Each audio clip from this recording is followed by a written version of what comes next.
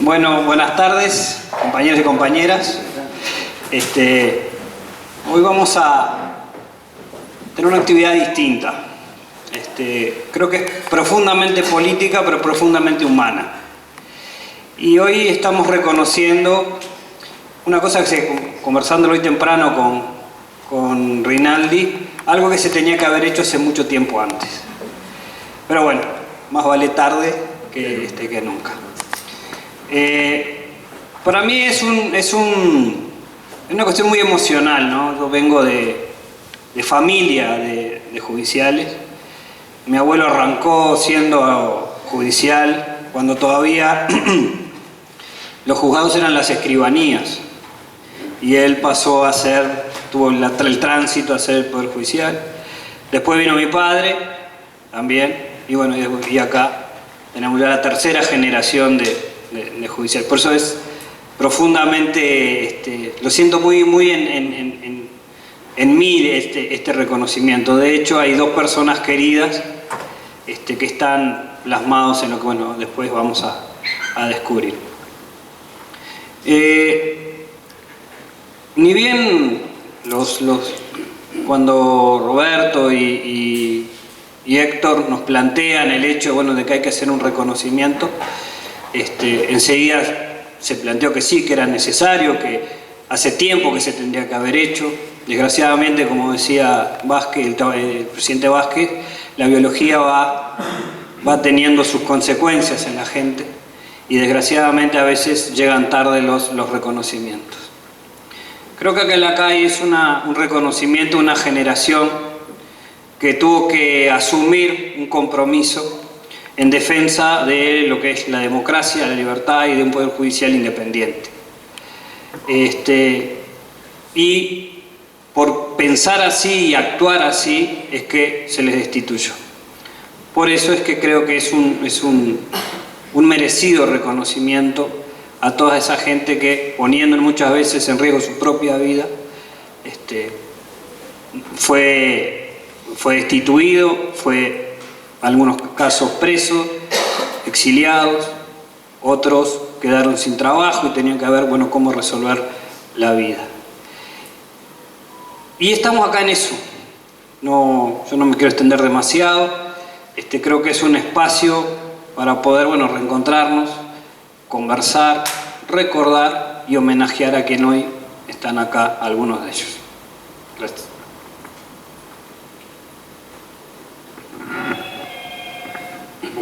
Bueno, vamos a presentar a Fabiana Larrobla, que es la que hoy nos va a disertar sobre algunos temas y voy a decir un poco su currículum. Es investigadora especializada en historia reciente, violencia estatal y terrorismo de Estado. Es licenciada en Ciencias Políticas, maestranda en Humanidades y Ciencias Sociales de la Universidad de Quilmes, ex coordinadora del equipo de investigación histórica de la Secretaría de Derechos Humanos para el pasado reciente. Así que bueno, vamos a darle la palabra para contextualizar y bueno, ya habrá tiempo de conversar nosotros. Bueno, buenas tardes a todas y a todos. Muchas gracias por la invitación. No sabía que era tan rápido el pasaje del micrófono. Pensé que iba a haber más introducción. Pero bueno, a mí me invitó Elba, que la conozco hace tiempo. Y bueno, yo he trabajado y seguimos trabajando mucho en esta investigación, no solamente sobre el periodo de la dictadura, sino sobre el periodo previo y también postdictadura. Y me parece que estaba bueno enmarcar este proceso de pérdida de autonomía y de independencia del Poder Judicial, no solo en el marco del golpe de Estado, sino previamente, ¿no? Hay una crisis institucional que comienza a desarrollarse a partir de la década del 60, con la aplicación sistemática de medidas de excepción, de medidas prontas de seguridad, que van de a poco y gradualmente quitándole la autonomía al Poder Judicial. Es inevitable que tengamos que hacer referencia a esto, sobre todo porque me parece importante, porque la justicia y el Poder Judicial es uno de los poderes, es el poder que está siempre en la mira cada vez que hay problemas de orden o de seguridad, o que pasan cosas que nos asustan o que a la población las asustan. Siempre es como el actor que se presenta como el último responsable. En algún lugar todo el mundo dice, bueno, pero es la justicia, bueno, pero son los jueces, bueno, pero es el Poder Judicial. No. Sistemáticamente lo podemos ver eso en los discursos, no solamente de aquella época, sino también de esta. Pero en aquella época ya existían esos discursos, ¿no?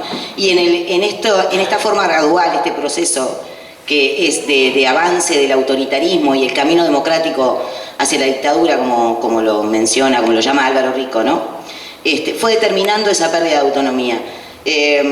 No solo porque hubo contiendas múltiples de competencias entre la justicia civil y la justicia militar, el avance además y la expansión de la justicia militar, si recuerdan la ley de seguridad, no sé si la recuerdan, pero el estado de guerra interno en abril del 72, la ley de seguridad del Estado posteriormente, que recorta, que le brinda a la justicia militar una ampliación de su jurisdicción, que le otorga a los jueces militares la potestad de realizar allanamientos, de autorizar allanamientos nocturnos, allanamientos colectivos, ¿no? En nombre de mantener un orden y una paz, y considerando que la justicia, que el Poder Judicial no había sido lo suficientemente eficiente como para mantener ese orden.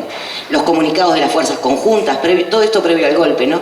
Previo al golpe, criticando algunas sentencias absolutorias que realizaban los jueces, las libertades que eran concedidas pero que no eran respetadas por el Poder Ejecutivo, que en el marco de las medidas prontas de seguridad retenían a los detenidos, algunos de los cuales murieron en ese periodo de detención, digamos, posterior a ser liberados, ¿no? A que tuviera su sentencia de liberación. Todo eso fue generando un clima propicio para que la justicia finalmente fuera intervenida más adelante.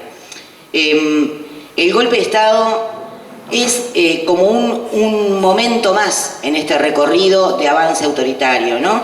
Y de recorte de las libertades y de cercenamiento de los derechos. Un mojón más muy importante, pero que no podemos verlo como algo aislado o algo que de pronto sucedió y que fue del orden de lo excepcional, sino que en realidad es un recorrido que comienza a hacer el Estado uruguayo muy tempranamente, en los años 47, ya diríamos, con la creación de servicios de inteligencia que van a realizar una investigación y seguimiento de todos los militantes sindicales y sociales, y eso luego, posteriormente, será utilizado durante la dictadura para bueno, algo que vamos a ver un poquito más adelante, que tiene que ver con la revisación de los antecedentes políticos e ideológicos y sociales de los militantes o de las personas que habían participado a veces casualmente o en algún momento de la vida en cuestiones políticas. También eso le va a pasar a los funcionarios judiciales. Entonces vemos que esto es un proceso gradual. Lo mismo ocurre con el avance hacia la justicia civil y entra en consonancia con lo que nosotros llamamos distintas etapas en lo que tiene que ver con la dictadura, ¿no? Una primera etapa que nosotros podemos decir que, bueno, que es una primera etapa en donde lo que se hace es un ataque, una represión, un diseño estratégico represivo que apunta en primer lugar a las organizaciones políticas de izquierda, revolucionarias primero, de izquierda después, y cuando eso está más o menos ordenado, lo que comienza a plantearse y a diseñarse es, bueno, un ensayo fundacional, ¿no? Sentar las bases de un nuevo Estado. En esto tiene que ver la institución de Juan María Bordaberry en el año 76, la clausura de cualquier posibilidad de retorno a la democracia en ese año, que era el año que se correspondía para hacer las elecciones nacionales. Tiene que ver esto también con cambios internos dentro de las Fuerzas Armadas y también con un aumento y una mayor coordinación al interior de las agencias represivas. Y esto se va a reflejar en el Estado y se va a reflejar particularmente también en el Poder Judicial. Ese año, a partir del año 75-76, es que el control sobre la sociedad civil se amplía y comienzan a reprimirse y a controlarse, a vigilarse más allá de lo que podían ser organizaciones políticas o movimientos, o el movimiento sindical o el movimiento estudiantil, sino otro tipo de organizaciones, un control sobre toda la sociedad civil que realmente uno lo puede verificar revisando archivos, los archivos sobre todo de inteligencia policial, que eran quienes se encargaban de esos controles, ¿no? En ese marco, en el año 75, esto sí lo voy a leer, ¿no? En el año 75 se acordó, ¿no?, como una primera, digamos, como un avance más sobre lo que se venía realizando sobre la justicia civil, se acordó que la liberación de los presos, cuyos casos fueran previos a abril del 72, o sea, cuyos casos hubieran sido juzgados por la justicia ordinaria, debían contar con el aval de la Junta de Comandantes en Jefe para su liberación. ¿No? O sea, ya ahí tenemos un primer punto, un primer paso inicial, sumado a todo lo que venía acumulándose anteriormente. Y también, en ese mismo año, el Consejo de Estado aprueba la ampliación de la jurisdicción de la justicia militar, por lo que algunos delitos presentes en el Código Penal Militar que estaban en trámite ante la justicia ordinaria pasaban entonces a la jurisdicción militar. Y en 1976 se inaugura esto, ¿no?, con la previa del año de la orientalidad y toda la propaganda que se realizó durante ese año, que tiene que ver también con sentar las bases de un nuevo Estado, se empiezan a aprobar los actos institucionales. Los actos institucionales fueron una serie de actos que luego de la destitución de Bordaberry comenzaron a aprobarse y que, entre otras cosas, son aquellos que declaraban que no se iban a realizar elecciones, que la proscripción de los ciudadanos, bueno, y otra serie de cuestiones más, y entre ellas el acto institucional número 3, que crea el Ministerio de Justicia, que va a ser el encargado del relacionamiento entre el Poder Judicial y el Ejecutivo, con excepción de la justicia militar. O sea, la pérdida de la autonomía es sobre la justicia civil, pero no sobre la justicia militar. La justicia militar, al contrario, va a seguir ampliando su área de acción, digamos, ¿no? Si quieren les puedo leer los cometidos de este ministerio. Los servicios generales del Ministerio Público y Fiscal eran los cometidos: Procuraduría del Estado, lo contencioso administrativo y Fiscalía de Gobierno, Servicio de Registros de Actos Jurídicos, Documentación de Actos Oficiales, Escrituración de los Bienes Públicos, Intervención en toda iniciativa legal concerniente al derecho jurisdiccional, excepto el militar y en cualquier otra relativa a materias propias de su competencia natural, Relaciones con la Corte Electoral, Relaciones con los organismos internacionales de su especialidad, y también quedó encargado del asesoramiento letrado de la Administración Pública, de las Fiscalías de Gobierno de primer y segundo turno, etc. Y también correspondió al Ministerio el ordenamiento de la información relativa a las faltas administrativas en que incurran los funcionarios dependientes de la Administración Central, descentralizada y autónoma. Y para lo que se creó un registro general de sumarios y se crea una categoría que tiene que ver con desviaciones de conducta. Y a partir de aquí es cuando nosotros podemos verificar la mayor cantidad de instituciones y el aumento de la persecución hacia los funcionarios del Estado en general y hacia los funcionarios judiciales y también hacia los magistrados, hacia los jueces. Esto no estaba definido que eran desviaciones de conducta, pero en realidad estaba referido concretamente a aquellas personas que hubieran tenido actividades en el pasado que el gobierno considerara subversivas, y en esto el concepto cada vez era más amplio, ¿no? En lo subversivo, que en un momento podía estar referido a aquellas organizaciones que habían optado por la lucha armada, se fue ampliando cada vez más, y toda aquella acción que pudiera considerarse que era contraria al gobierno ya entraba dentro de esa categoría ya abstracta de lo subversivo. Y en julio del año 77 se dicta el Acto Institucional 8, que amplió las potestades del Ministerio de Justicia, y la Corte dejó de ser Suprema. Pasó a ser Corte de Justicia. El Supremo Tribunal Militar siguió siendo Supremo Tribunal Militar, ¿no? Y las decisiones de la Corte podían ser corregidas por el Poder Ejecutivo. Esto, el ataque al Poder Judicial era algo que venía, como ya comentamos al principio, desde previo a la dictadura, ¿no? Se fue generando un ambiente propicio como para que esto pudiera finalmente realizarse y materializarse en los actos institucionales. Y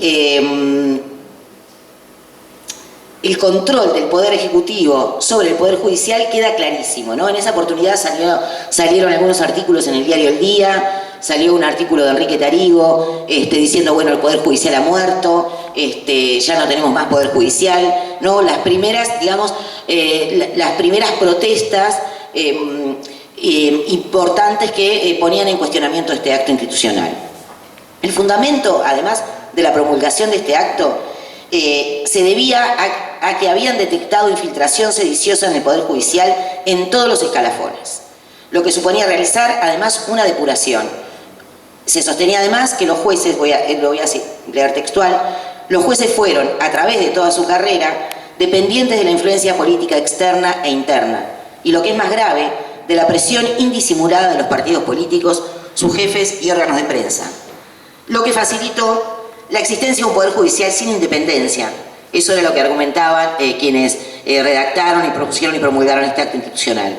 Que el Poder Judicial no tenía independencia anteriormente y carecía de la imparcialidad requerida.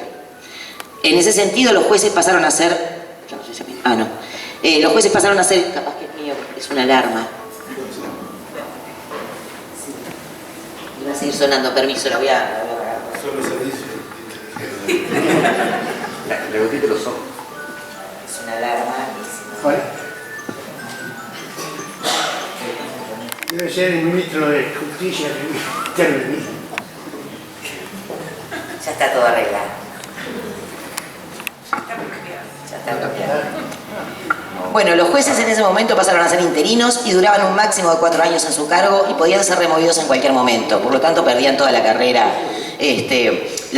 judicial y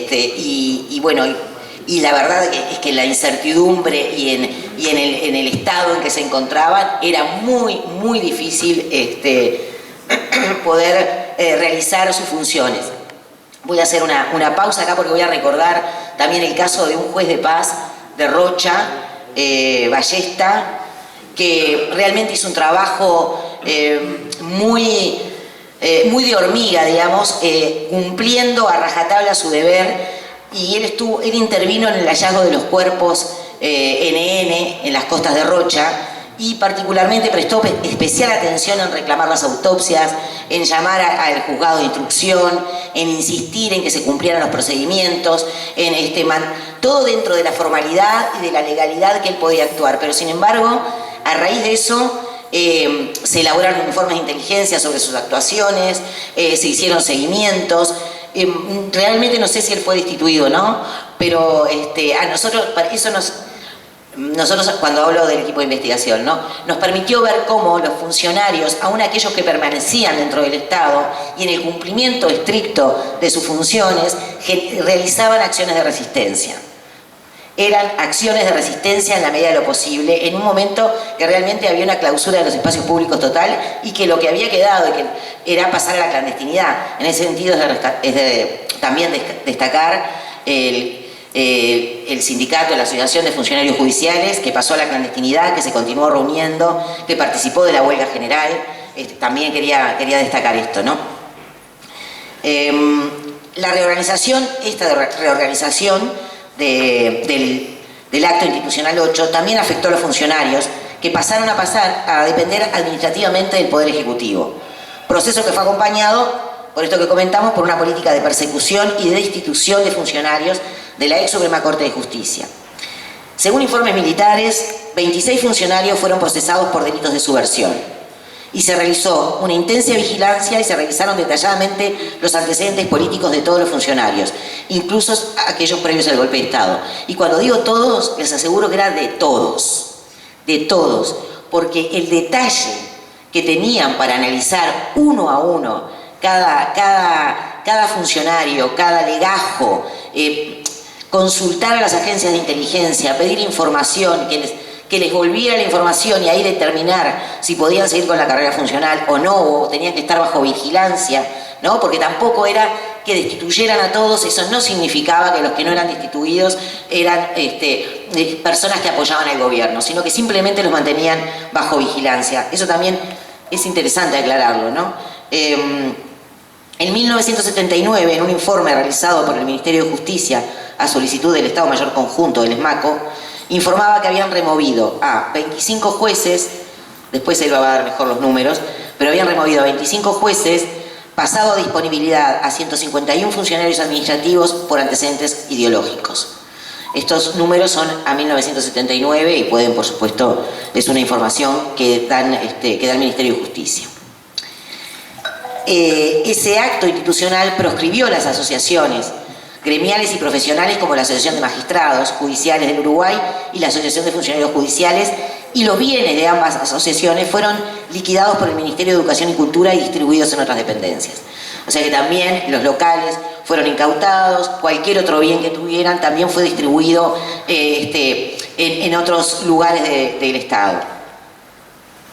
Y en 1978 sostenían que era insostenible que la existencia de la Asociación de Magistrados, porque se había transformado en un auténtico sindicato de jueces en el puro sentido de centro de presión, en una célula disolvente, desde la cual incluso se habían pautado normas a nivel político, en el cáncer de un organismo enfermo, adjetivos, calificativos que de acuerdo a esta visión justificaban el interinato de los jueces y las reformas realizadas en el Poder Judicial.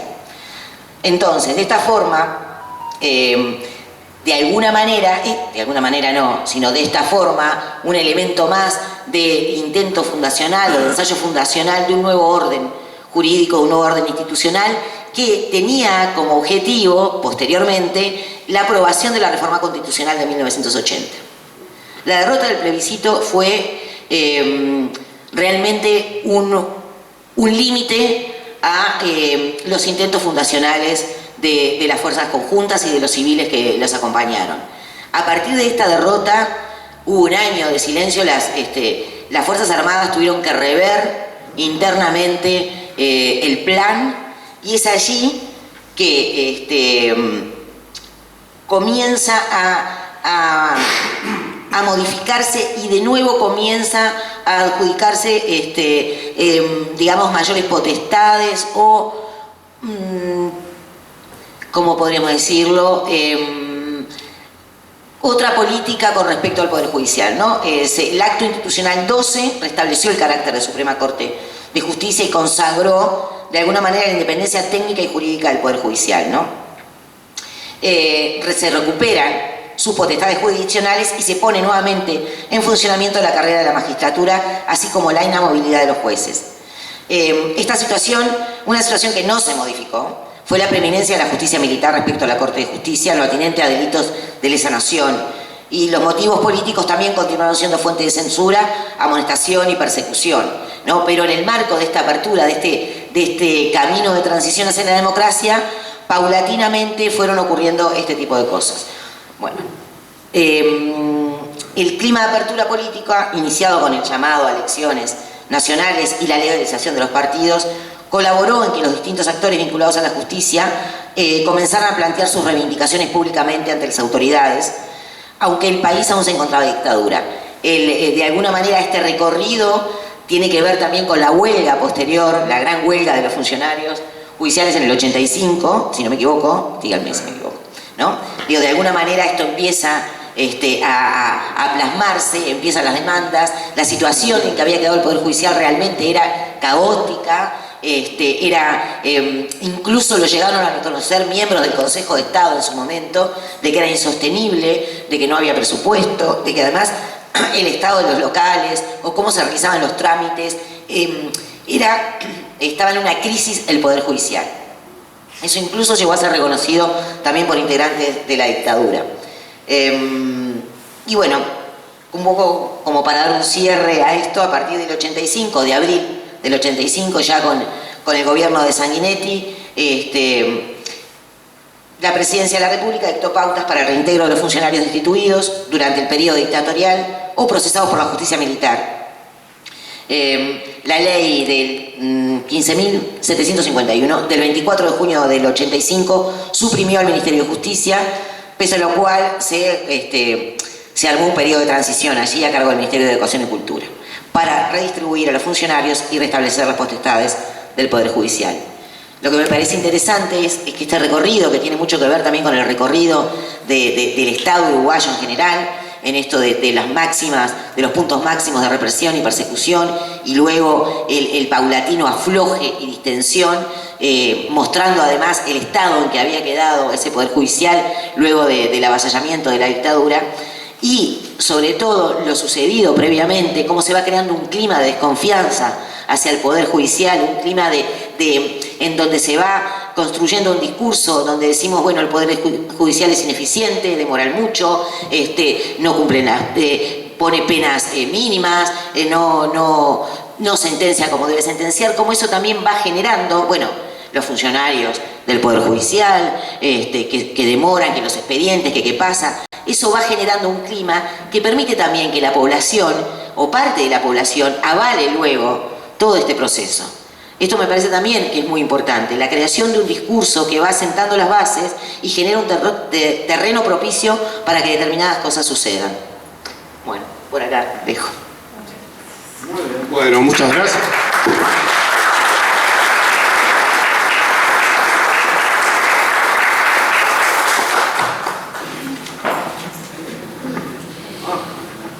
Bien, bueno, muchas gracias por tu participación y haber aceptado inmediatamente nuestra invitación, porque en la búsqueda de elementos, información y quienes nos dieran un contexto de la situación del Poder Judicial en pre-dictadura, nos encontramos de que muy poco se ha hablado o se ha escrito, y nosotros mismos no tenemos como la información y los elementos ordenados para reconocer esa etapa y determinar cómo se fue procesando. Por eso me parece fundamental la participación de Fabiana en esto, y su visión y parte de toda la investigación y de su continuo trabajo como investigadora en el tema general, que nos dé esta mirada de lo que pasó en el Poder Judicial, me parece fundamental. Para traer algunas cositas, algunos elementos concretos, quería manejar los datos que pudimos recabar en el tiempo que empezamos a trabajar. Antes de la pandemia fue que Héctor, por lo menos, me contactó, por ejemplo, para trabajar sobre el tema y reconstruir una lista de destituidos. Y bueno, después vino la pandemia, vinieron una cantidad de cosas y eso se extendió hasta el día de hoy. Pero nos encontramos con una cantidad de dificultades. Nosotros mismos en esa época no teníamos, como se tiene ahora, el descuento de la cuota sindical a través del sueldo. Iba un compañero a cobrar la cuota a cada oficina, a cada juzgado, y eso ha hecho que la historia, pasando además todo lo que pasó de declarar ilegal, digamos, el sindicato, de incautar el local y todo lo que pasó, todo lo demás, no hay documentación sobre el tema específico de todos los destituidos. Pero tampoco lo tiene el organismo ordenadamente. Entonces, eso nos llevó bastante tiempo de recoger información, hacer cruzamiento de datos, buscar resoluciones, toda una cantidad de cosas que concluyeron en este resultado que vamos a plantear hoy, y que de cualquier manera decimos que puede estar incompleto, de verdad. Oh, perdone, pero viene Arlet Queiruga.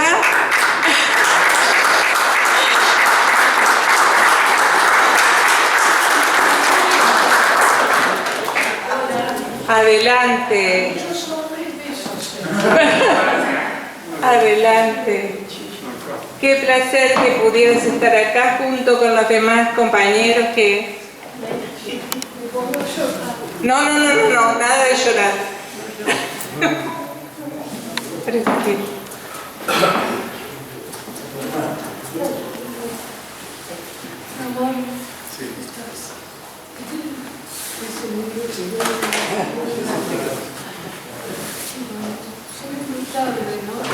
Adelante, Arlet.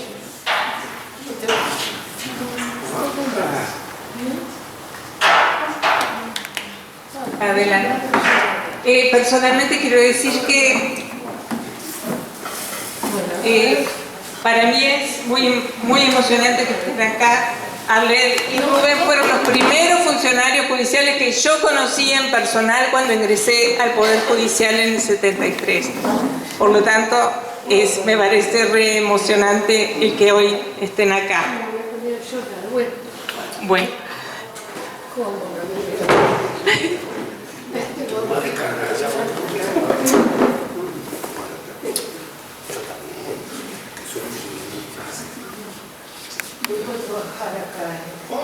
¿Te anotamos en el árbol?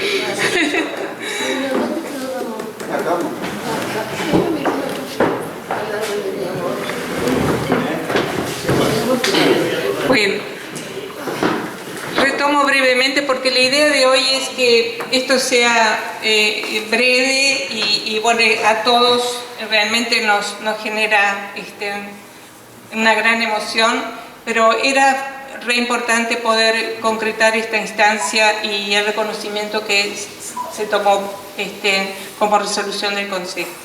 Bueno, les contaba que las dificultades para poder elaborar la nómina de funcionarios destituidos con el concepto de que no íbamos a excluir a nadie, sino que íbamos a tomar a todos los judiciales, fueran del escalafón que fuera, y reunirlos porque todos por igual vivieron la situación de represión en la dictadura. Entonces, en las dificultades de la elaboración de esa lista, concluimos en que registramos 217 funcionarios de todos los escalafones, 141 en Montevideo, 72 en el interior, y hubo 4 personas que no pudimos determinar de qué departamento era. Los años en que se produjeron las destituciones o retiros obligatorios, que también forman parte de toda esa represión, como explicaba Fabiana, se dieron de esta manera. En 1972, 4, en el 73, 3, en el 74, 12, en el 75, 7, en el 76, 10, en 1977, 36, 1978, 53, 1979, 21, en 1980, 10 y en 1981, 4. Vieron que en algunos números coincide un poco con el análisis que hacía Fabiana sobre el momento de mayor represión y la puesta la mira en el Poder Judicial.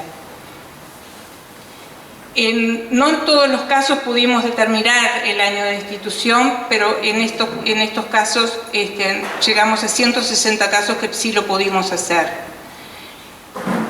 El otro elemento que concluimos es que en todos los departamentos hubo por lo menos un destituido. Entonces tenemos que en Florida hubo 1, 33 1, Río Negro 1, La Valleja 2, Soriano 2, Paysandú 2, Maldonado 3, Tacuarembó 3, Rocha 4, Durazno 4, Artigas 4, Cerro Largo 5, Rivera 5, San José 5, Salto 6, Canelones 8, Flores 8, Colonia 9 y en Montevideo 144. Del total de funcionarios destituidos en ese momento, 88 fueron mujeres y 129 hombres. Yo creo además que, no sé, porque es parte de lo que después voy a invitar a que se haga, no sé cuál es el porcentaje de hombres y mujeres trabajando. Actualmente, hace muchos años que el porcentaje de mujeres que forman la plantilla de funcionarios es muy alto, ¿verdad? En ese momento... Bueno, en ese momento yo creo que, capaz que ustedes lo tenían más claro, sería capaz que el 50% o mayoritariamente hombres. Pero bueno, era un elemento que me parecía importante también mencionar. 151 funcionarios, incluidos auxiliares administrativos, inspectores y asistentes sociales, 30 ministros y jueces, 26 actuarios, actuarios adjuntos y secretarios, 9 defensores de oficio y procuradores, y un funcionario de Fiscalía integrante de ABO. Estos eran los números que para mí de alguna forma traían a tierra o plasmaban lo que el análisis que hacía Fabiana, y me parecía importante poder recalcarlo.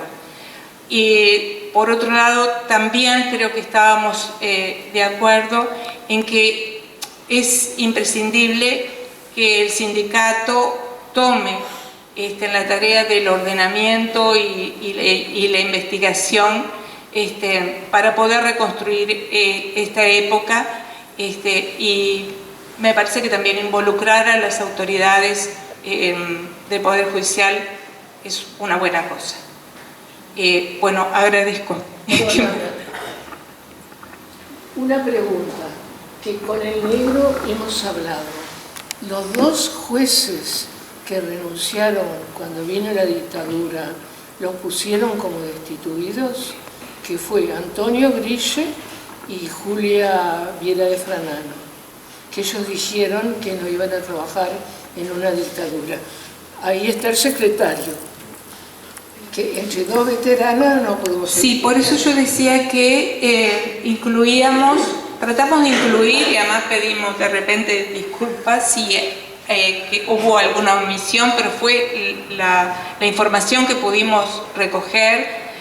Y también decía que no eran solo destituidos, sino también la gente que se vio forzada de alguna manera a retirarse, y ellos estarían incluidos en ese caso, porque la represión abarcó todo. Grandes amigos, ¿no? Eso no importa. Que ellos no iban a trabajar con un ministerio, y chao, renunciaron. Los dos en aquel momento, ¿no? El penal estaba, ¿no? Fue un ejemplo de juez en este país. No es porque hayamos sido muy amigos. Fue el único juez de toda la historia del Poder Judicial que tuvo jurisdicción en toda la República Oriental del Uruguay. En épocas muy difíciles, pero muy difíciles, para que la justicia fuera realmente justicia, y fue el momento que comenzaron los procesos sobre la sedición. Fue el juez Negro, que recibió hablarle a los compañeros. las famosas, los famosos libros de la financiera Monti, todo eso. Porque era la confianza de las dos partes. Y cuando crearon el Ministerio de Justicia, fue designado no un militar. Eso hay que tenerlo bien presente. En el Poder Judicial no hubieron uniformes para las instituciones, la persecución y todo lo demás. Eran todos hombres de derecho, profesores de la facultad de Derecho. El doctor Antonio Grille dijo: yo soy juez de una Suprema Corte de Justicia, jamás seré juez de una sola voluntad. Y renunció. La propia Corte de aquel entonces le dijeron: no, pero mire que usted no está en la lista, no sé qué.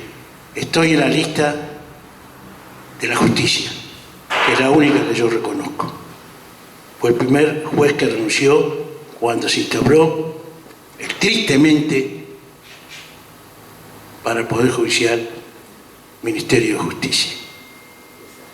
Con el tiempo se va a cambiar, se va a decir Ministerio de Injusticia, porque el Poder Judicial se sostuvo por los funcionarios, y la mayoría de los funcionarios y los jueces que quedaron en funciones, respetándonos a todos los que nos habían destituido.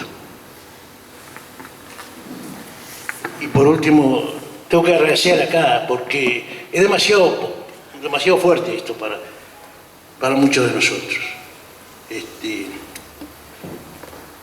Porque hubiéramos querido que tuvieran un montón de compañeros que no están, que hubieran tenido, que no tuvieron la oportunidad de que compañeros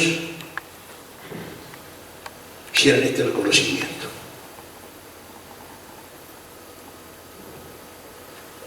A mí me hicieron mucho reconocimiento cuando me jubilé, porque, bueno, históricamente soy que fue más veces secretario general, fui famoso negro, tal, que siempre luchamos por dignificar el Poder Judicial. Nosotros cuando entramos tuvimos por grandes maestros. Ahí está Carlito, ya sé que lo puedo decir. Escocería, Puch, que nos decían, ustedes entraron acá, tienen dos caminos. O son derechos o son torcidos. Si son derechos van a vivir pidiendo que le aumenten el sueldo. Si se van para el otro lado, estarán mejor económicamente y podrán ser esclavos de los estudios jurídicos y todo lo demás. Nos enseñaban a ser honestos. Y eso es lo que dignificaba al Poder Judicial. Eso fue lo que dio el sustento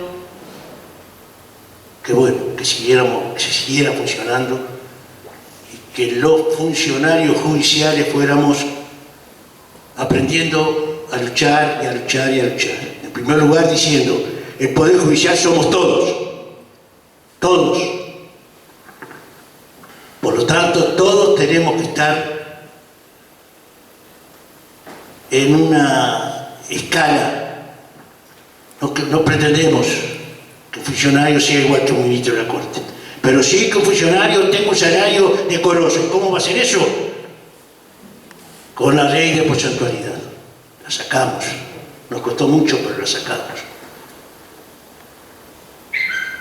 Quisimos defender al Poder Judicial con la dignidad. Eran otras épocas. Ahora vienen épocas muy difíciles, pero muy difíciles. Por lo tanto,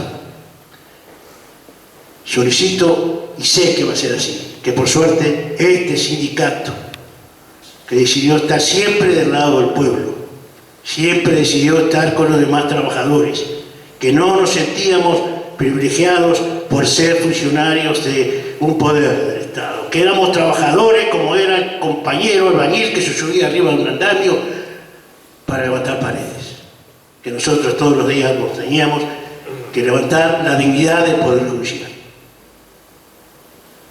Entonces, en estos tiempos peligrosos, mucho más peligrosos que aquellos, no por un Ministerio de Justicia, sino por las materias que van a tener que tratar en el futuro el Poder Judicial, es que este sindicato siempre tiene que estar con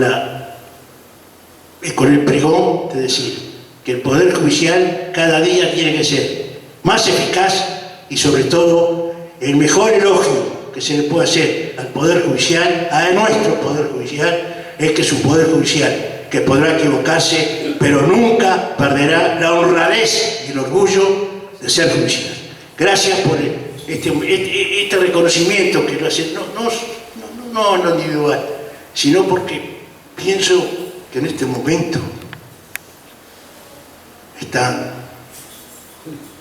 compañeros que fueron destituidos por luchar por la dignidad del Poder Judicial y que hoy no pueden recibir esto, que es uno de los mimos más grandes que me hicieron. Dentro de poco va a salir la Damasiega, dije algo, pues escribí algo ahí, que hoy lo voy a, como adelanto, lo voy a decir. En la vida se siguen caminos. Imitando un tango, yo digo, si la vida me diera la oportunidad de volver a vivir, yo le digo que sí. Le digo que sí, bien fuerte. y volvería a ser funcionario judicial y sindicalista. Entonces sería feliz. Si no fuera eso, no tendría ganas de volver a vivir. Gracias, sobre todo a los compañeros que hoy nos hacen no un homenaje, nos hace apaciguar los malos momentos, los terribles momentos que pasamos cuando nos venían a avisar que estamos destituidos. A mí fue un hermano querido, el negro Maqueira, que vivía a 3 cuadras donde vivía yo. Lo vieron andando a mi casa, salí y dije, ¿qué pasa? Vengo a hablar contigo, ya sé. Sí, te tocó, me echaron. Bueno, ahora voy a estar más tranquilo porque voy a poder abrazar a todos los compañeros que ya echaron antes que yo. Y bueno, entré a mi casa, le dije a mi compañero, tantos años, lo que pasaba. Ella me dijo, no te preocupes, mañana salgo a buscar trabajo. Digo, no, vieja, vamos a seguir cuidando a nuestro hijo, que tenía unos meses. Vamos arriba. Apronté un mate, prendí la radio, que vamos a tomar unos mates cucharadas. Mañana será otro día. Y bueno, lo pasamos. Pero ese dolor, esa incertidumbre que tuvimos cada uno de los tantos que destituyeron esta dictadura, fueron momentos muy difíciles y muy amargos para nosotros. Pero tuvimos la solidaridad y la tranquilidad cada vez que nos encontrábamos, nos dábamos un abrazo, y compañeras como esta que tengo acá, como una hormiguita, diciendo, los destituidos tenemos que unirnos, Y no nos echaron nunca del sindicato, porque también hicimos el sindicato destituido. Nada más, gracias, y ojalá que le llegue a todos los compañeros que pasaron a no ser solamente compañeros, fueron hermanos del corazón, de la lucha y de la vida. Gracias.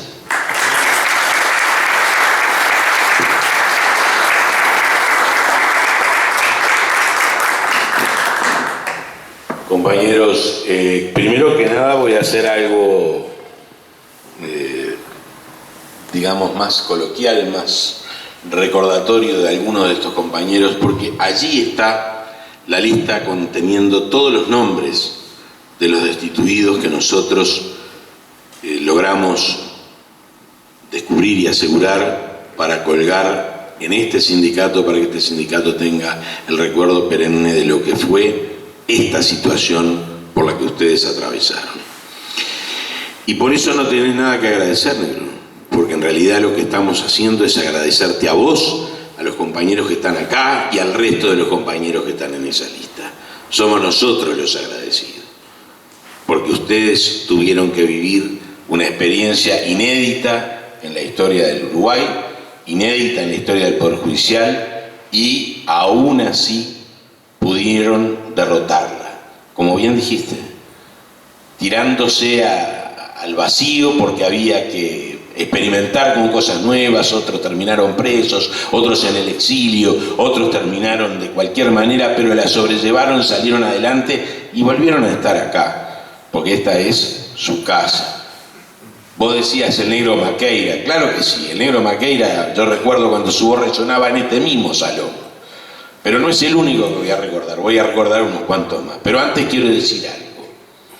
Esta es la primera vez que se hace un homenaje a los compañeros judiciales destituidos. Este es el único homenaje que se le ha hecho a los compañeros judiciales destituidos por cualquier organización o institución de este país, porque nunca se les hizo uno, se los estamos haciendo hoy, en este reconocimiento que vale la pena hacer. En segundo término, las vicisitudes de la organización de este propio evento hicieron que lamentablemente por distintas causas hoy no esté con nosotros Pilar Igoa. Yo hubiera querido que Pilar hubiera estado acá. ¿Por qué? Simple. Porque ella fue una de las compañeras con las que yo milité codo con codo a la salida de la dictadura, como lo hice con el negro acá, que lo tengo allí, acompañándome en la vida, como ustedes tuvieron otros compañeros que también los acompañaron en la vida militante, en la vida sindical. Pero en esa lista hay nombres de jueces, nombres de actuarios, nombres de técnicos, nombres de defensores de oficio, nombres de funcionarios, nombres de todos, porque están incluidos todos. Y cuando ustedes leen o lean esa lista, se van a encontrar con una gran sorpresa. Ustedes saben que en esa lista, para que ustedes vean la calidad de gente que, no voy a decir lo que tengo que decir, la calidad de gente que esta gente chava, se van a encontrar con que uno de los nombres es el nombre que lleva una sala de teatro en este país hoy, el nombre de la compañera Nelly Goitiña.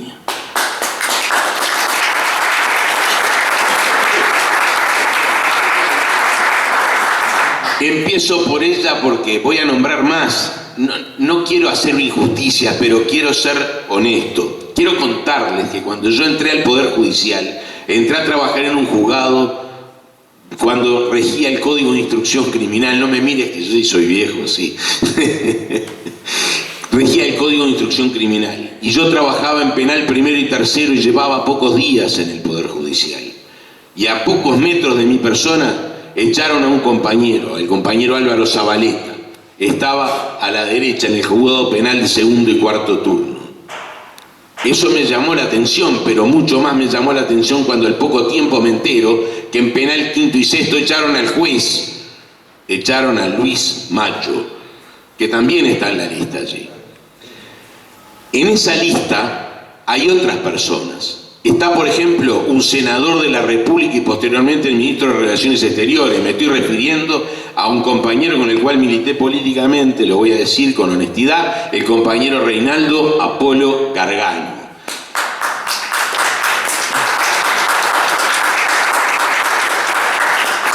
Yo me hice un funcionario de la Defensoría y en la Defensoría también echaron compañeros. En la Defensoría echaron, y ahí está en la lista, a Rodolfo Schurman Pacheco. Seguramente no fue por comunista que lo echaron. En esa lista está Carlos Martínez Moreno, una pluma ejemplar de nuestro país. En esa lista está Osvaldo Ignacio de la Fuente Martínez, con quien yo tuve el gusto de trabajar como abogado además. Que de día era Osvaldo de la Fuente y de noche se transformaba en Ignacio Martínez y cantaba tangos. Un fenómeno.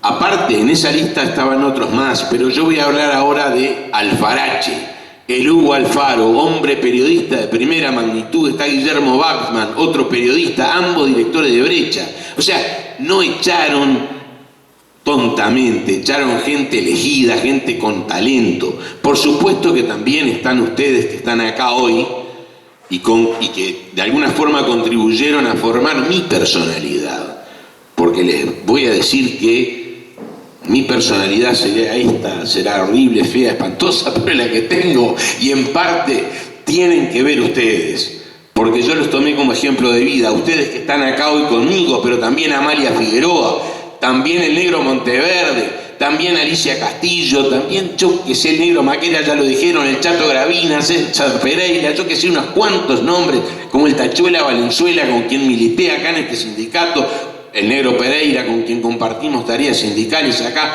yo que sé, la lista es inmensa, pero eso es lo humano de la historia.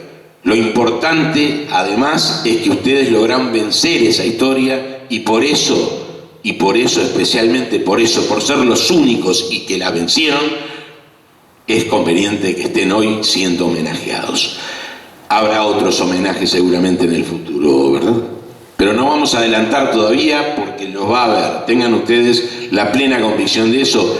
Le voy a ceder la palabra a mi compañero el negro Reinaldi.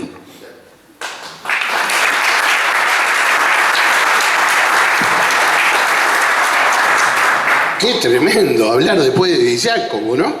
Que tenía el discurso preparado, me parece. 3 años. Hace 3 años que quiere el discurso. Bueno, yo había pensado en qué era lo que iba a decir hoy y al final me voy a guiar por el corazón.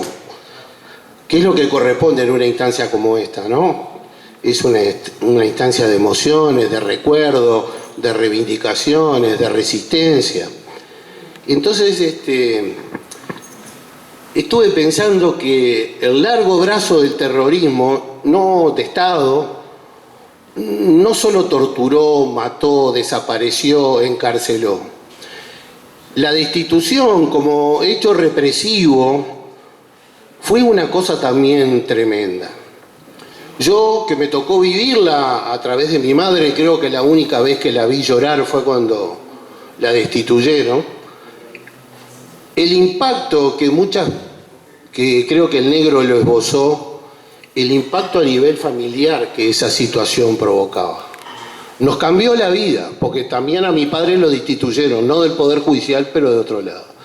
Nos cambió la vida a tal punto que apenas cumplí 18 años tuve que salir a trabajar porque había que ayudar en casa.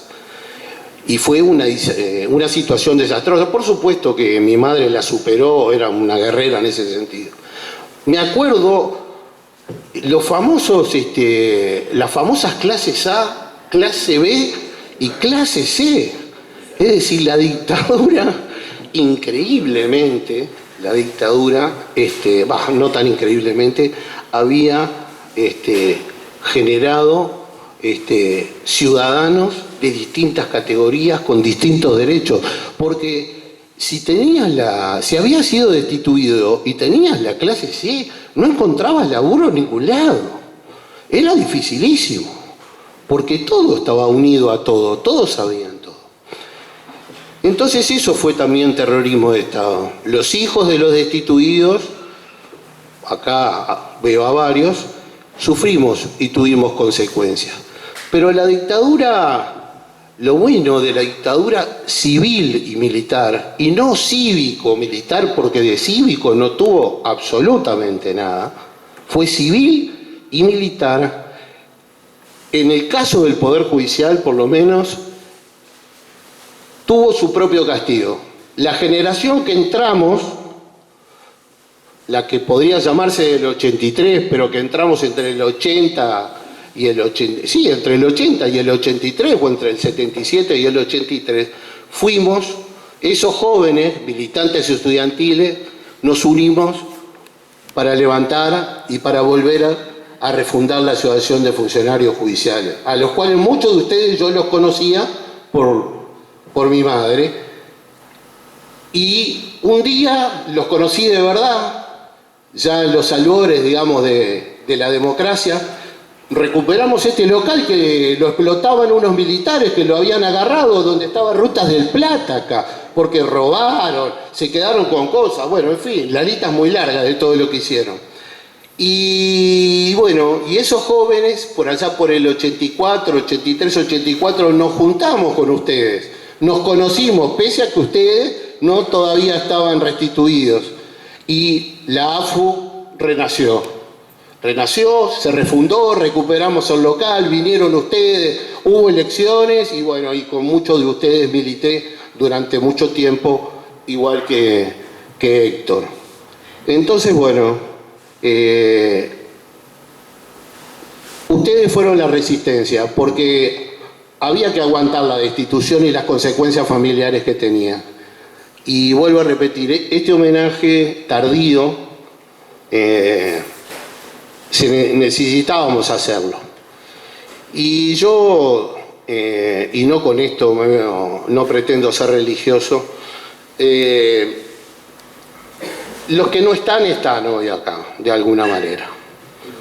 Yo creo que están acá entre nosotros. No voy a nombrarlos porque ahora vamos a descubrir esto y vamos a encontrar ahí la mayoría o la gran cantidad de compañeros que estuvieron a partir de la democracia, muchos de ellos liberados del penal de libertad. Así que bueno, el agradecimiento también para ustedes que fueron formadores fueron formadores de nosotros. Y eso es lo que hace falta ahora. Han cambiado mucho las cosas. Pero bueno, nosotros estamos acá todavía, al firme.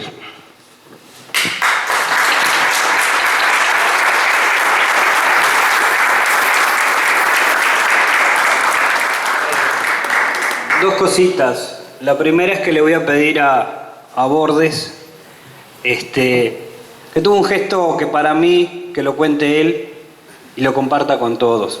Lo dijo conmigo, pero me parecía que era de ley que lo hiciera él, porque creo que lo que él tiene para dar no es personal, es para la asociación, y por eso creo que él lo tiene que manifestar. Mis queridos compañeros,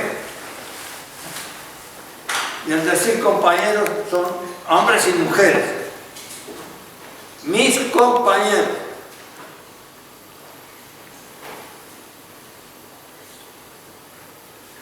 ustedes tienen que saber que cuando nos destituyen un 14 de julio de 1977,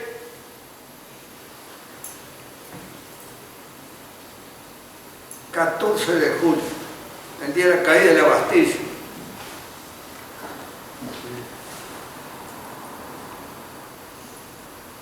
no podíamos destituirlos sin poder ingresar a la sede de la Suprema Corte de Justicia. Prohibición de los funcionarios que quedaban, y después vinieron más destituidos, prohibición de hablar con nosotros. Yo lo único que les pido, mis compañeros, es que se sientan ustedes qué fue lo que sentían cuando íbamos caminando por la vereda, mirábamos así y un compañero allá cruzaba de vereda para que no lo vieran saludando a un destituido. Pero hubo otros que íbamos caminando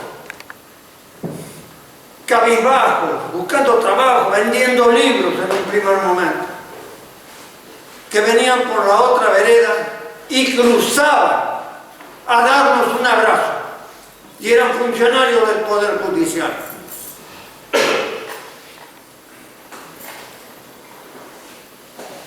Acá el compañero se refería a Nelly Goitiño. ¿Cómo no nos vamos a acordar de eso? Una de las destituidas tiene Nela Daguerre, la escribana Nela Daguerre. Tiene 99 años y medio. Por eso no pudo venir. Le íbamos a traer, aunque sea en silla de ruedas, pero no puede venir. Es imposible. Pero hubo 3 personas, primero 2, y voy a tener que nombrar a mi compañera Arleca Iruga, que hoy está acá, viva, y Amalia Figueroa, que ha fallecido.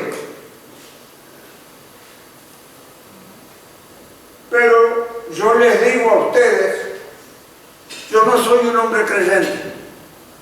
Algunos de ustedes creen en el alma, en el espíritu. Yo creo en una energía interior positiva que subyace y está acá. Les puedo asegurar que Amalia Figueroa está acá, escuchándonos. Se empezaron a reunir. El chico Pereira también.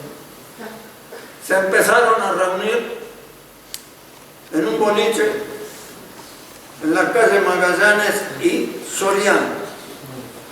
2 personas. Y llegó, porque más o menos había que fundar el movimiento nacional de destituidos. 3 personas en un boliche podían hablar. 4 marchaban para adentro. A jefatura explicaron que ustedes 4 no estábamos reuniendo lo que sea. Para jugar al fútbol el próximo sábado. No, te van por otra cosa y ahí te apretaban lindo. Mi compañera Amalia Figueroa y un señor que cae, Ramón Martínez, destituido de AFE, canoso, bajito, traje marrón que lo tuvo durante varios años con una rayita blanca, una rayita blanca, me acuerdo clarito. Entra el boliche y la mira a mi señora y a Amalia Figueroa.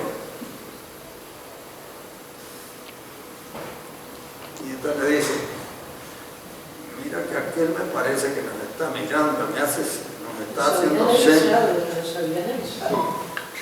Yo creo que vos dijiste, me debe estar mirando a mí porque en esa época estaba muy linda. Y Amalia era más veterana. Ramón Martínez. Los 3 que empezaron a formar el Movimiento Nacional de Destituidos. A buscar en todas partes, de oído a oído. Muchas parroquias. Y había que ir, hermano, al interior.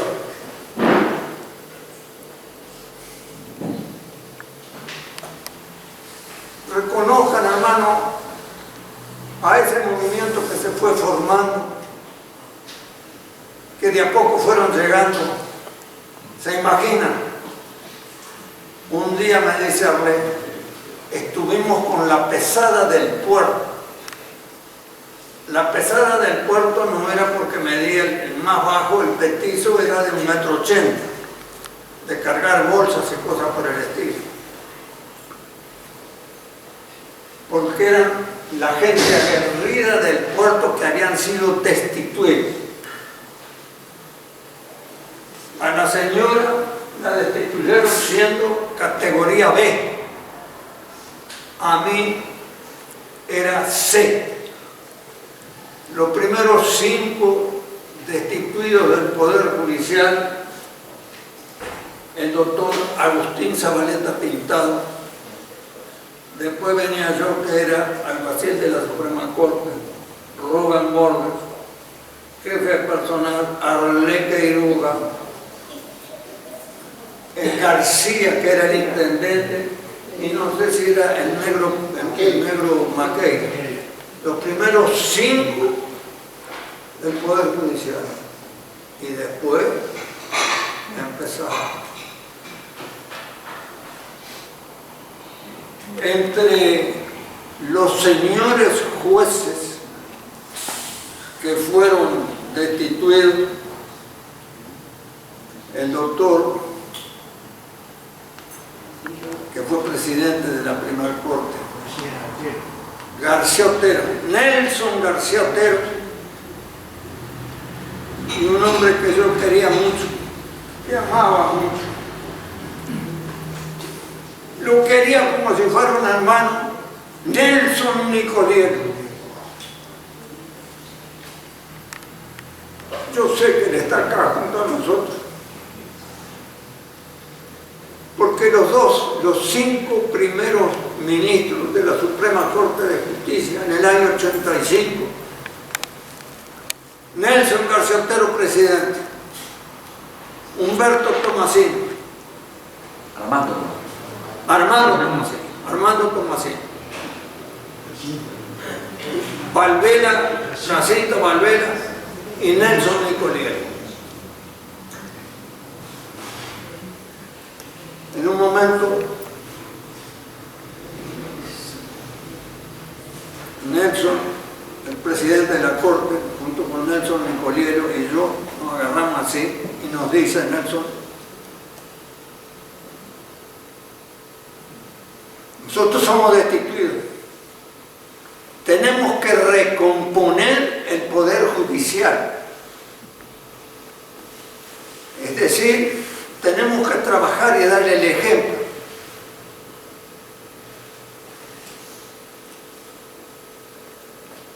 No es para echarme en laureles ni nada por el estilo. Yo iba a las 8 de la mañana, cuando me restituyen, huelga. Había huelga en el Poder Judicial. X funcionario le menciona a la compañera: sí, te voy a hacer una pregunta. ¿Es cierto que ustedes vienen, los han nombrado, porque vienen a romper la huelga? Cuando estaba así, alguien se acomodó en la dictadura, nombró a la hija, nombró a yerno y está trabajando. ¿Está? Entonces, vos abrí los ojitos. Es decir, iba a las 8 de la mañana.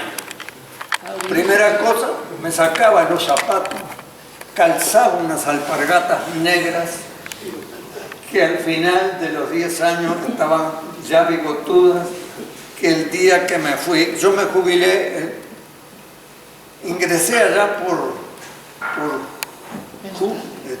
mayo, abril o mayo, y fui al Tribunal de Trabajo. Hacía frío, en 18 de julio, Tribunal de Trabajo. Porque esto es un poco de historia. Y a mí, que de vez en cuando me gusta hacer algún chiste, se lo voy a hacer. Porque no es un reconocimiento ni un homenaje. ¿No sabe qué, querido compañero?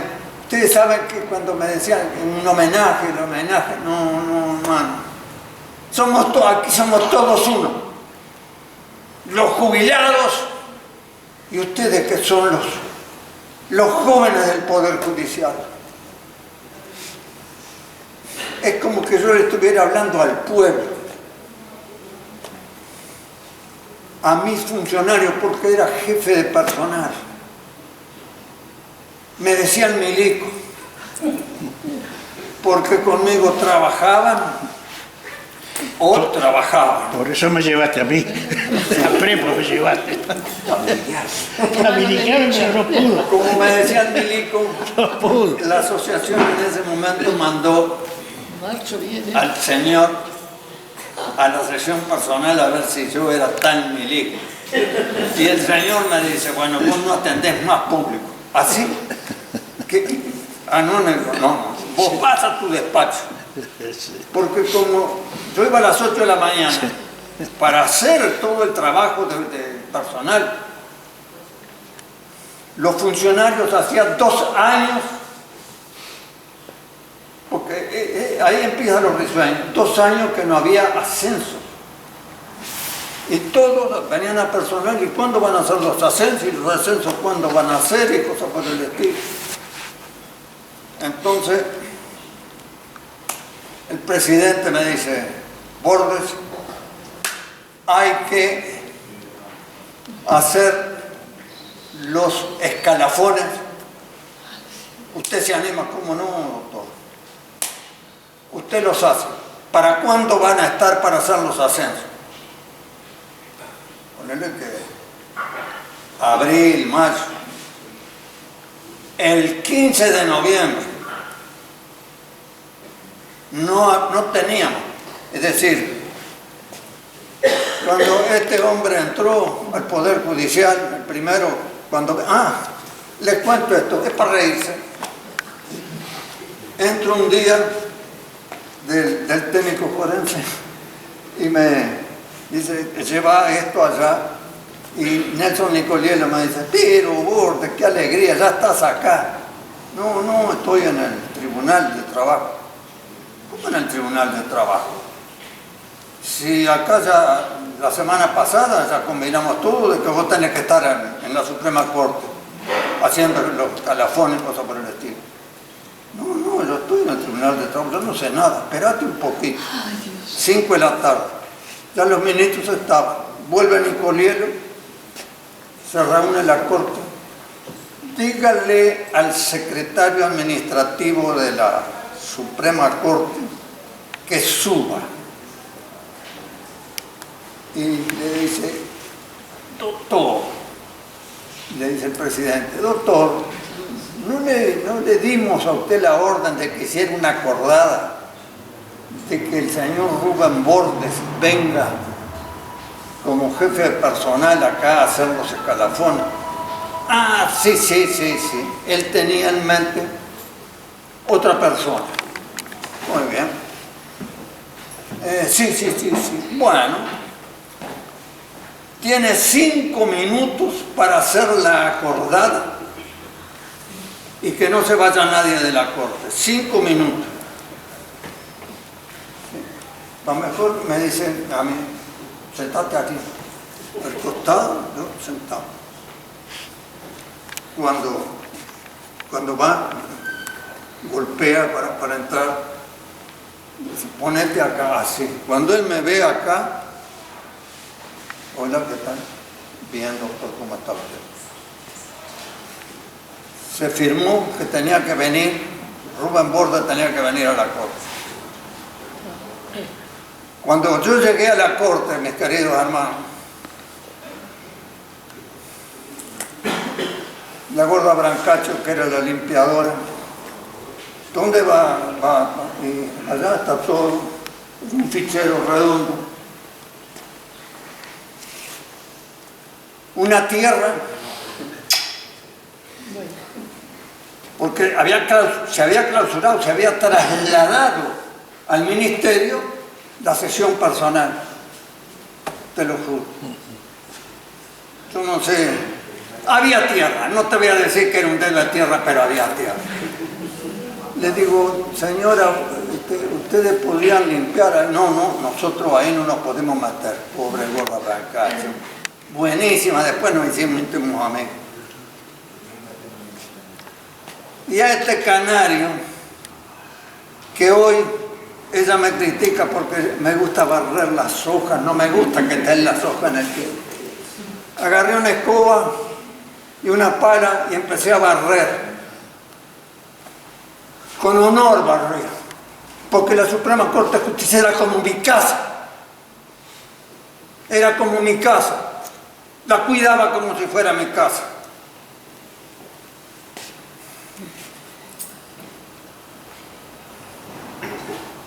Quiero hacer una anécdota porque si no se va a ir muy lejos. Cuando conseguimos ese local, ese boliche de ahí, de la esquina, y bueno, primero fueron 3 compañeros, el chico, Amalia, tal. Después fue otro la orden. Y sabés que eran como 6 bien de boliche, ¿no? Y vos sabés que había el hermano de un ministro de la Suprema Corte que le gustaba mucho el trago. Y entra por la calle Soriano y dice, che, vos, un cohete dice, che, vos, ¿de dónde te destituyeron? Vos sabés que los que estábamos ahí, ¿sabés? Vecinos de ese boliche. Vos sabés que, no, ¿qué? Yo no me voy a ir, porque yo tengo que verlo a vos, ¿de dónde los echaron a ustedes? Vos sabés que temblábamos y lo sacaron. Ustedes se imaginan quién era.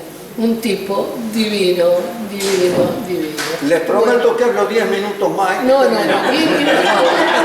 minutos es un abuso. Es un abuso. Que tapar la plata. ¿Qué? Seguro. Teníamos una cantidad de cosas tienen para hacer. Bueno, sí. 5 minutos. Teníamos la ficha que estaba hasta el año 77 y ahí ya no pasaron más. Y después doctor, mire, al presidente,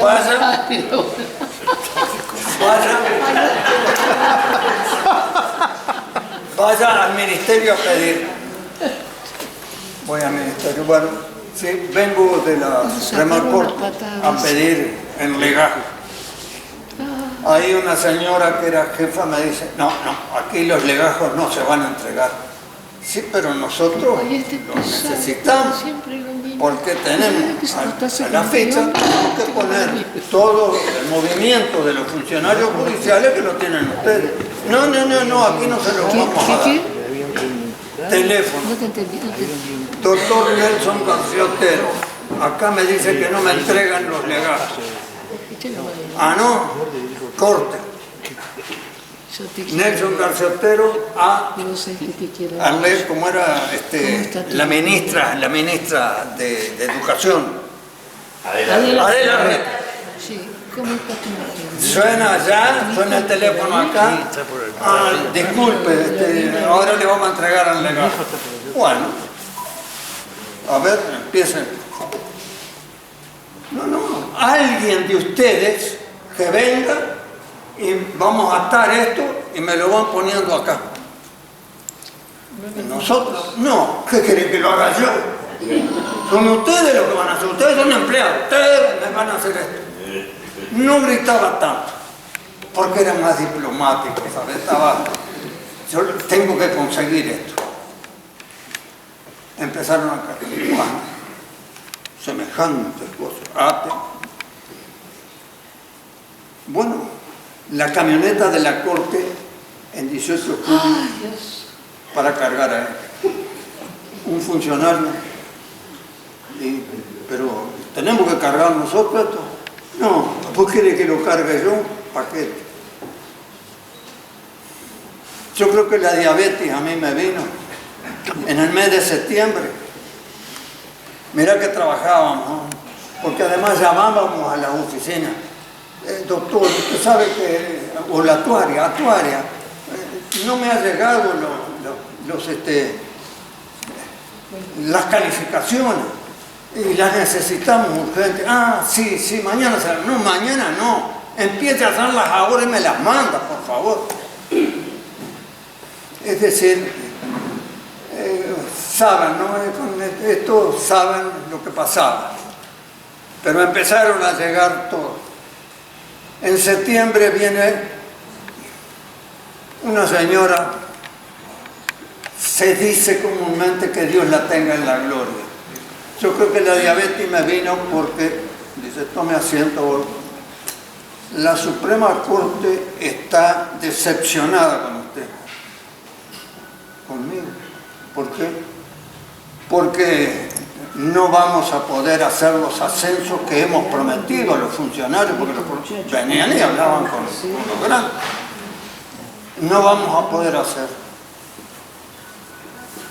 Que te dijeran eso era como que te hubieran dado una patada en el traste o una bofetada. Muy bien. Trabajaba con dos funcionarios que habían sido militares, que habían salido del ejército y estaban trabajando conmigo y estaban acostumbrados a trabajar. El 13 de noviembre de 1985 voy y le digo, señor presidente, esto está, porque la gente del interior también quería los ascensos. Hicimos los ascensos, empezamos el 15 de noviembre. Nos quedamos 2 días sin ir a casa, 2 días, porque nos quedábamos, no dormimos en 2 días, pero se hicieron en Montevideo. Y yo que soy canario de allí, de Fray Bento, de Río Negro, ¿no? Estábamos, y la gente del interior, quedé con la gente del interior como el lugar donde yo me siento, a veces. Como el traste, quedé con la gente del interior porque me echaban la culpa a mí. Y no fui yo el de la culpa. Alguien echó para atrás para desacreditarme, se lo juro.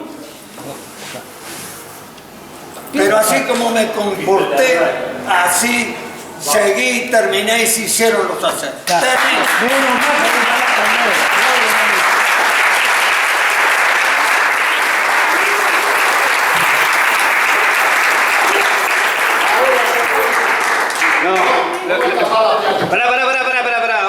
Vamos. Un Vale. segundo, que le acabo de preguntar al negrito si ustedes se acordaron de Azucena y el marido, que fueron Los caseros de acá. los caseros Sí, de acá, sí, sí. que lo tuvieron, estuvo muñeco, lo tuvieron. No se me vayan 2 segunditos. Sí, nosotros incluso en el aniversario que hicimos ahí en Sutel, el 5 de julio, se le hizo unos reconocimientos. Bueno, lo que yo les quería contar, no se me vayan, es que... Sí, porque todo el mundo se quiere ir. No se vayan a cansar. Hay sándwiches, hay comida. No, Bordes tiene la medalla de los 80 años, cuando la Corte cumplió 80 años, y tiene una medalla que fue que cuando la AFU cumplió, o cuando se jubiló, no me acuerdo. El 5 de julio del 96, Y que la Asociación de Funcionarios Judiciales me obsequió esta medalla.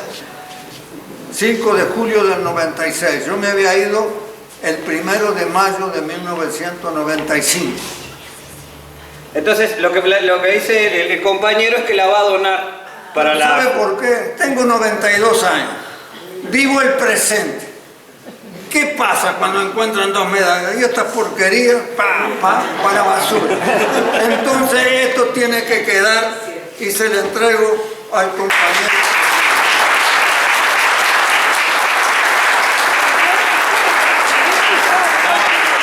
Ahora esto es una cuestión... No, los sándwiches se van a entrar. No sé si la tengo afuera, la margarita. Ah, bueno, después... ¿Te acordás que era con sí, una cosa así, una lata de fiebre? La traigo para acá. Sí, está bien.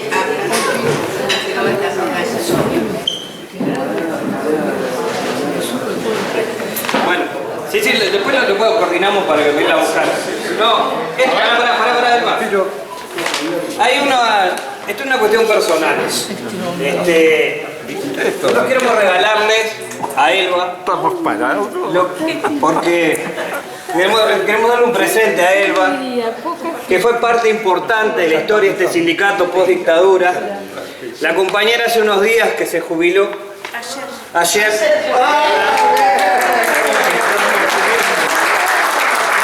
Y queremos entregarle adelantado, porque aparte por la trayectoria, por los 80 años, el presente que le dimos este año a los compañeros y las compañeras que se jubilaron, que tiene la particularidad que es un reloj que camina al revés.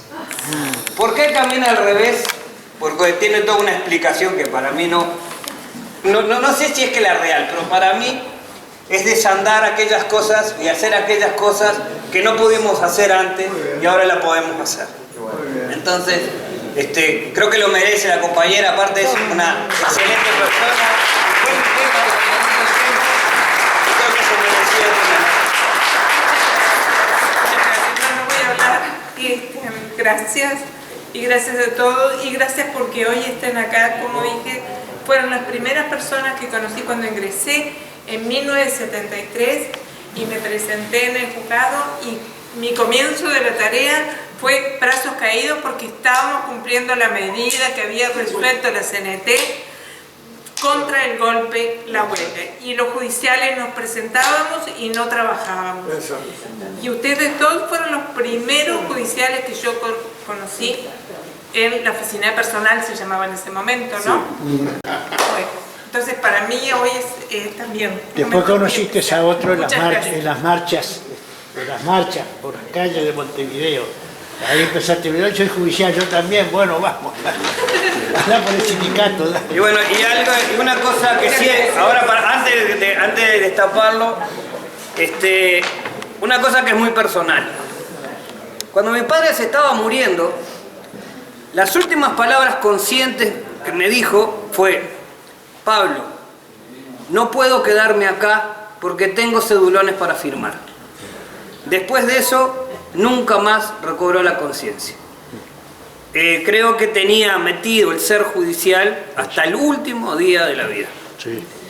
Y yo creo que es un poco lo que se manifestó acá, lo que manifestó el Negro, lo que manifestó Bordes y Arlet. Así que muchas gracias y vamos a taparlo para lo que venimos, ¿no?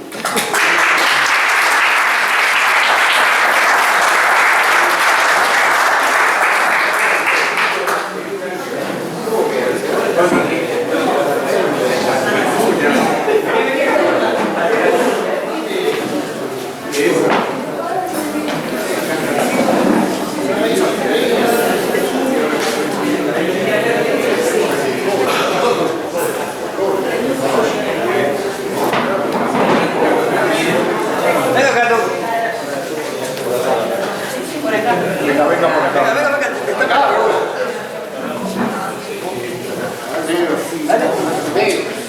Negro. Dale.